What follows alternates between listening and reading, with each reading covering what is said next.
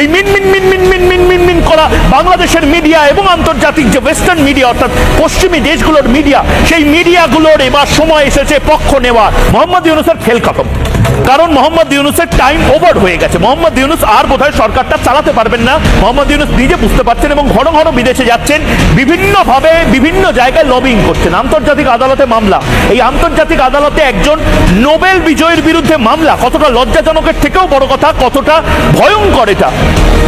ইউনূসের সরকার অবৈধ, একদম নির্দিষ্টভাবে এই অবৈধ সরকারের আগে আওয়ামী লীগের একাধিক সদস্য বলেছে, এবার পেটিশনে অফিসিয়ালি অবৈধ একটি সরকার চালাচ্ছে। কারণ কি শেখ হাসিনা কোনোদিন রিজাইনই করেনি, পদত্যাগ না করে শেখ হাসিনা চলে গেছে।